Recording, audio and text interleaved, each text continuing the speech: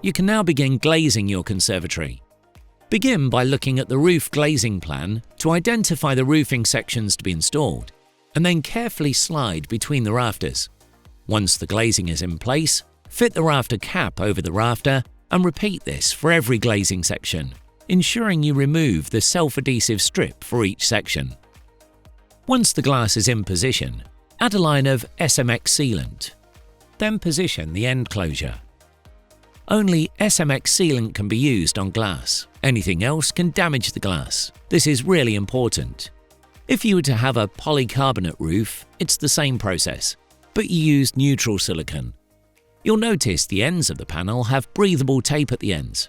It's important that these are not blocked by sealant.